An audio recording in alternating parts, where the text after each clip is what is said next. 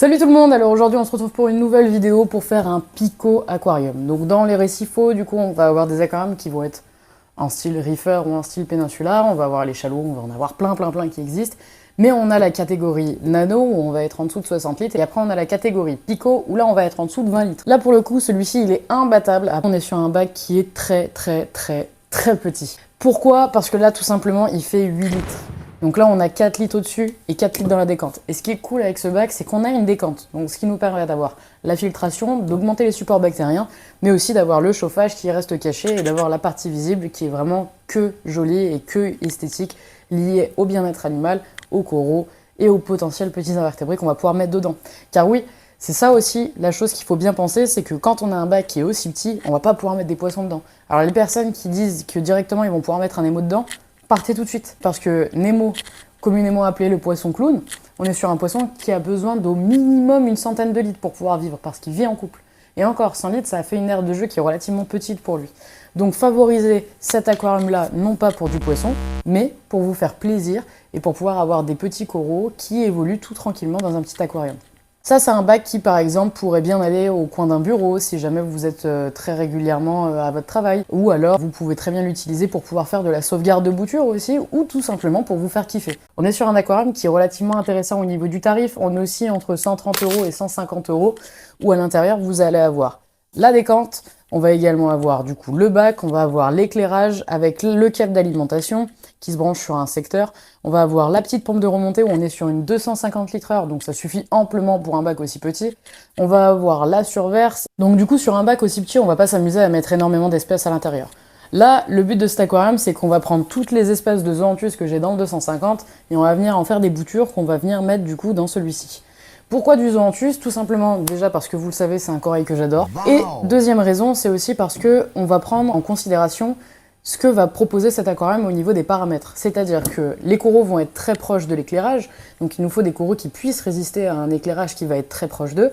On va avoir un brassage qui va être pas énorme, mais qui va quand même osciller un peu de partout dans l'aquarium, donc ça aussi, il faut le prendre en considération. Et c'est des coraux qui seront très peu sensibles à autant de variations de paramètres. Donc sur un bac aussi petit, la problématique qui va se poser en tout premier, ça va être l'évaporation. Donc comment on va faire pour compenser cette évaporation qui sera quand même très présente, parce qu'on n'a pas de grille au-dessus, on n'a pas de plaque de verre qui va faire que la condensation va retomber après dans l'aquarium. Ce serait pas bénéfique non plus au niveau des paramètres, il n'y aurait pas un bon échange entre l'air et l'eau. Donc là, ce qui va se passer, c'est qu'il y a deux possibilités. Soit on aurait pu mettre directement une bouteille à côté avec le système inversé, avec les deux tuyaux. Mais ça, c'est pas possible parce que vu qu'on a une décante, c'est le niveau de la décante qui va d'abord se vider et c'est pas le bac qui va se vider au niveau de la hauteur d'eau. Donc du coup, ça va se passer dans la décante. Donc dans la décante, on va venir mettre un osmolateur pour pouvoir compenser cette évaporation-là. Pour des bacs comme ça, on n'a pas besoin d'avoir énormément de réserve d'eau. Si vous avez déjà un bidon de 2,5 litres, ça suffit amplement. Cet aquarium, je l'ai pris à Zoo Zajac en Allemagne, qui est une animalerie qui est extrêmement grande. Ils avaient un bac qui était en exposition, je vous mets quelques photos. C'était un bac qui était en expo et qui était super sympa. J'ai trouvé le principe hyper cool. Et au lieu de faire un bac sans décante ni rien, ce qui est somme toute très possible, il n'y a pas de souci. Donc au lieu de faire un bac sans décante, je trouvais que celui-ci, il était vraiment sympa. Puis surtout pour le tarif, pour 130 €, vous avez l'éclairage, vous avez le bac, vous avez la pompe. Donc franchement, ça valait le coup. Un éclairage en plus aquamédic qui sont vraiment pas mauvais pour le coup. Je me suis dit que c'était une bonne idée. Donc je l'ai récupéré cet aquarium-là il y a approximativement 1 an. Il a été mis en eau plusieurs fois, mais ça demande quand même un entretien assez courant. Vu que j'avais pas mis d'osmolateur à l'époque dessus, j'ai décidé de l'arrêter, d'enlever les espèces qu'il y avait à l'intérieur et de le recommencer au moment où je serai équipé d'un osmolateur pour que ça soit plus facile et que ça soit bien mieux pour les espèces qui sont à l'intérieur. Donc, ce qu'on va faire dans cette vidéo, c'est qu'on va venir le mettre en eau, cet aquarium. On va pouvoir venir mettre 2-3 boutures de zoanthus. It was at this moment that he knew. He fucked up. Donc je vais vous montrer comment optimiser au maximum la décantation pour pouvoir un maximum de support bactérien. Comme ça, on va avoir très peu de pollution. Dans tous les cas, on ne mettra pas de poissons dans cet aquarium-là. Donc il va falloir qu'on supplémente en pollution puisque le zoanthus adore avoir des eaux un petit peu polluées pour pouvoir bien pousser. Le seul animal qu'il y aura à l'intérieur, ce sera le pom-pom crabe, le Libia tessellata, qui est un crabe qui est absolument incroyable, avec 2 anémones dans ses pinces. On pourra en parler un petit peu plus tard dans la vidéo, je vous mettrai des plans beaucoup plus zoomés et beaucoup plus précis sur cet animal-là, qui est absolument incroyable, et je vous expliquerai un petit peu plus tout ce qui le concerne. Donc du coup, pour cet aquarium, déjà comme on peut le voir, on va avoir 3 modes d'éclairage. Donc vous avez le mode éteint, vous avez le mode blanc, qui éclaire aussi un petit peu en bleu, vous allez avoir le mode très bleu, pour pouvoir faire bien ressortir les coraux, Et après, on a le mode qui est un petit peu plus jaune, blanc, un peu couleur hôpital. Donc celui-ci, très peu intéressant. On vient mettre notre éclairage sur le côté. Donc là, on a notre bac.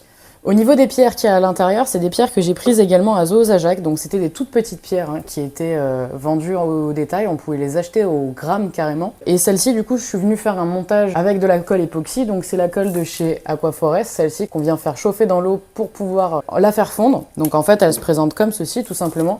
Ça va être des petits grains que vous allez venir mettre dans l'eau chaude. Et une fois que c'est dans l'eau chaude, ça vous fait vraiment une pâte. Donc après, bon là, quand c'est dur, c'est moins imagé. Mais c'est ça le principe. Donc du coup, j'ai fait 2 structures qui sont avec de la colle un petit peu de partout pour pouvoir bien maintenir tout ça, pour que ça soit plus simple. J'ai fait en sorte que du coup, les pierres ne touchent pas les extrémités parce que par expérience, le seul moyen de pouvoir venir nettoyer votre bac, ça va être avec une petite brosse à dents avec les fibres très très fines. Sinon, vous avez 1 milliard de micro-rayures, vu qu'on n'est pas sur du verre, mais on est sur du plastique. Donc on fait attention, soit on utilise de la ouate, soit on utilise une petite brosse à dents. Par expérience, la brosse à dents, ça marche beaucoup mieux. On fait attention aussi, si vous mettez de la colle au niveau des vitres, à récupérer après, c'est infernal, c'est pas possible. Donc du coup, j'ai déjà préinstallé mes pierres à l'intérieur parce que le décor, je l'avais déjà. Donc ça aurait été dommage de casser les pierres et les refaire. Après, vous allez avoir du coup cette partie-là en plastique, donc la surverse qui vient se clipser directement dessus. Donc pareil, là on est sur du plastique, avec la petite grille pour pas que les animaux passent à l'intérieur. Là, on va avoir, hop, notre petite canne de rejet qui vient se mettre directement dans un tuyau CO2 en plastique. Et là, on va pouvoir venir lever notre aquarium. Tac. Donc là, on peut se le mettre sur le côté. Et là, à l'intérieur, donc vous allez avoir une décante. Dans votre décante, comment ça va se présenter? Donc là, il va y avoir votre pompe de remontée. On voit qu'il a été utilisé au préalable. Donc on va avoir notre pompe de remontée ici. Et après, vous allez avoir plusieurs compartiments. Moi, je les ai supprimés. Pourquoi? Parce qu'on va venir mettre un chauffage à l'intérieur. Donc notre chauffage, on va prendre un tout petit chauffage. Tac. Comme ceci, qui est déjà pré-réglé à 25, il faut quelque chose de relativement petit pour qu'il puisse aller à l'intérieur. Vous avez Aquamedic qui fait également des tout petits chauffages qui sont comme ça.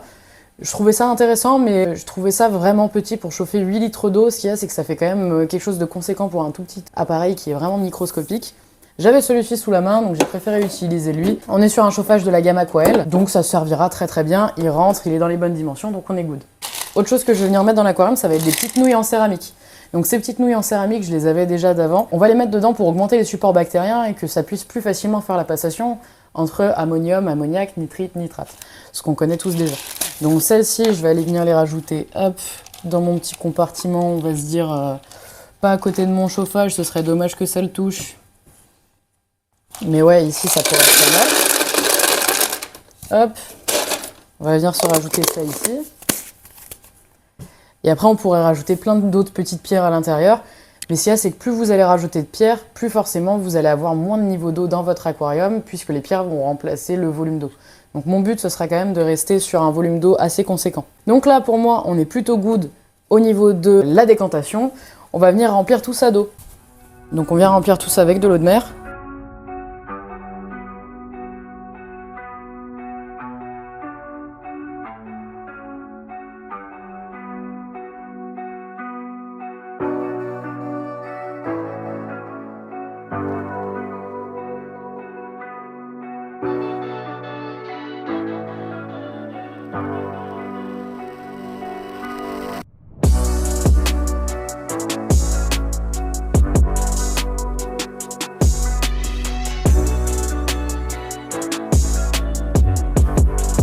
Toujours avoir une serviette à proximité.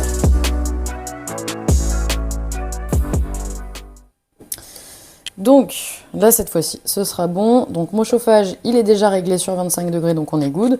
On vient juste mettre du coup le petit tuyau de la remontée à l'intérieur. Celui-ci il a un petit peu galère à mettre. Parfait. Et après je viens m'aider avec une petite pince. Hop, parfait. Donc là je le relève et après pareil avec la petite pince je viens le bloquer. Voilà, parfait. On vient refermer le tout avec notre petit capot. Voilà, donc le petit capot est mis. Maintenant, hop,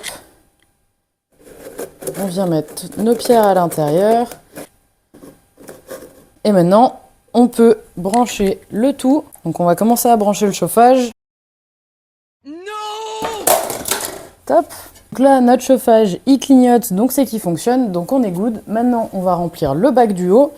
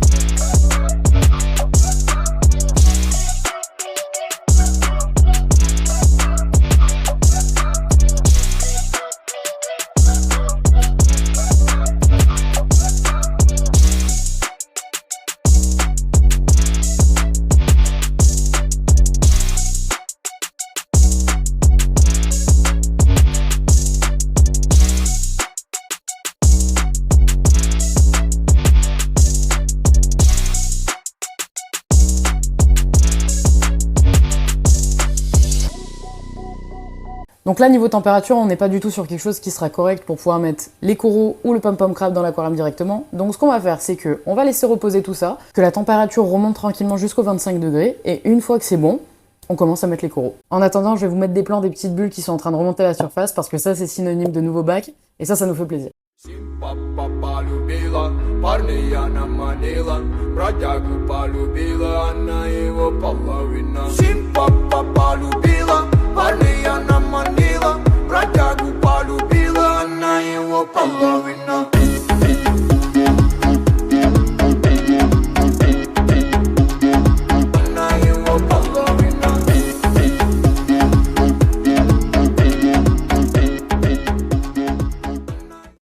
Heureux, alors on se retrouve plusieurs jours après, vous le voyez, il y a une coupe différente, il y a des vêtements différents et il y a une installation différente. Pourquoi? Tout simplement parce que je préfère que les animaux soient en bonne santé quand je les mettrai dans l'aquarium.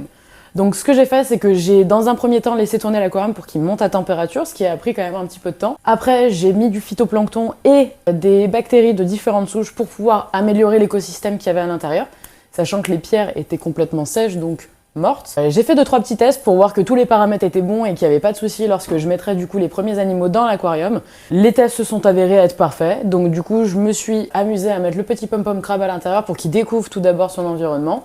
Et là maintenant que tout est ok, on va pouvoir mettre les animaux. Car on l'oublie pas, le plus important ça reste que tout le monde soit en bonne santé et que leur environnement soit sain pour eux. On va pas se précipiter, on va faire les choses doucement, quitte à avoir des faux raccords ou à être un peu frustré de son côté, c'est pas grave, au moins les animaux ils sont en pleine forme et ça c'est tout ce qu'on veut. Donc aujourd'hui on va passer à l'étape du bouturage, donc on va faire les boutures de tous les zoolanthus et on va commencer à les coller. D'ailleurs n'hésitez pas à me mettre en commentaire si jamais vous voulez une vidéo plus détaillée sur comment bouturer un zoolanthus ou même comment bouturer n'importe quel corail, dites-moi tout ça dans les commentaires. Pour la manipulation des zoolanthus, du coup on se met bien une petite paire de gants, très important, nos petits appareils.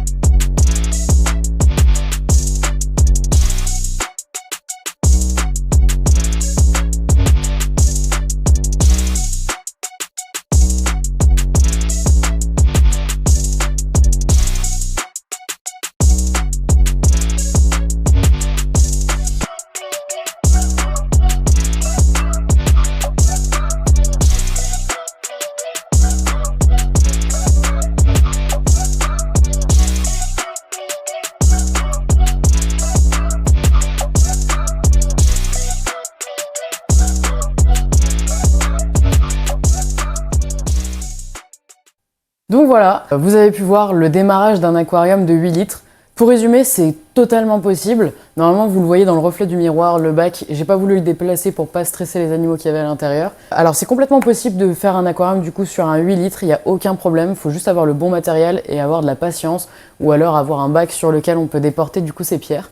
Les boutures que j'ai mis dedans, pour l'instant, elles sont encore en phase de cicatrisation, donc elles sont pas super ouvertes. Donc je vous ferai des plans sur un short YouTube plus tard, comment ça s'est bien développé, etc. N'hésitez pas à me dire si jamais vous voulez d'autres vidéos où je vous montre comment maintenir cet aquarium, ou les rajouts que je fais à l'intérieur, ou tout simplement comment je fais pour nourrir le pop-up crabe. N'hésitez pas à me dire tout ça dans les commentaires, ça peut être des vidéos super intéressantes. En fonction de ce qui vous intéresse, je ferai. C'est super intéressant d'avoir un mini biotope pour pouvoir justement mettre des petites espèces à l'intérieur et d'avoir un tout petit bac. C'est vrai que ça permet de faire quelque chose en contraste. Donc n'hésitez pas, si jamais vous voulez vous lancer dans un petit aquarium et qu'il y a plein de personnes qui vous disent non, commence surtout pas parce que c'est trop compliqué, n'écoutez pas les gens qui vous disent ça. C'est compliqué, oui peut-être, mais tout le monde est capable de faire plein de choses. Et si jamais vous voulez partir sur un petit aquarium comme ça, foncez. Effectivement, si vous partez sur un volume de 8 litres, ce sera beaucoup plus compliqué que sur un volume de 250 litres, mais ça c'est relatif. Ça s'appelle l'inertie, et ça malheureusement on peut rien y faire. Plus vous prenez grand, plus c'est facile, mais par contre plus vous avez de problèmes sur des grands volumes, plus c'est compliqué à contrebalancer. Donc faut voir aussi les deux. N'hésitez pas à continuer de soutenir la chaîne, ça fait énormément plaisir. On est bientôt 1000 sur cette belle aventure et ça fait vraiment plaisir d'être aussi nombreux, que vous ayez toujours des retours hyper positifs dans les commentaires. J'espère que ce nouveau format de vidéo un petit peu plus long vous plaira aussi. J'espère que les petits trucs drôles que j'ai mis un peu à droite et à gauche vous plaisent. J'espère que le montage est un peu plus qualitatif aussi. Si jamais vous avez des questions, ou si jamais vous avez des idées de vidéos, ou si vous avez des idées tout court, n'hésitez vraiment pas, les commentaires c'est là pour ça. N'hésitez pas à mettre un petit pouce bleu aussi, ça fait toujours plaisir, ça montre que la vidéo vous a plu. Comme vous l'avez vu avec les différents vêtements, les différentes coupes de cheveux, il y a eu beaucoup de jours pour pouvoir faire cette vidéo. Le montage, je vous en parle pas. C'est toujours quelque chose qui prend beaucoup de temps, on s'en rend pas compte, mais quand on est dedans, on se rend compte que ça prend vraiment du temps. Donc j'apprécie maintenant les vidéos YouTube par rapport à la qualité du montage. Je vous dis à la prochaine pour d'autres vidéos sur le récifal, et d'ici là, je vous remercie de me soutenir sur cette chaîne parce que ça fait vraiment plaisir et vous êtes vraiment une communauté de dingue. Ciao!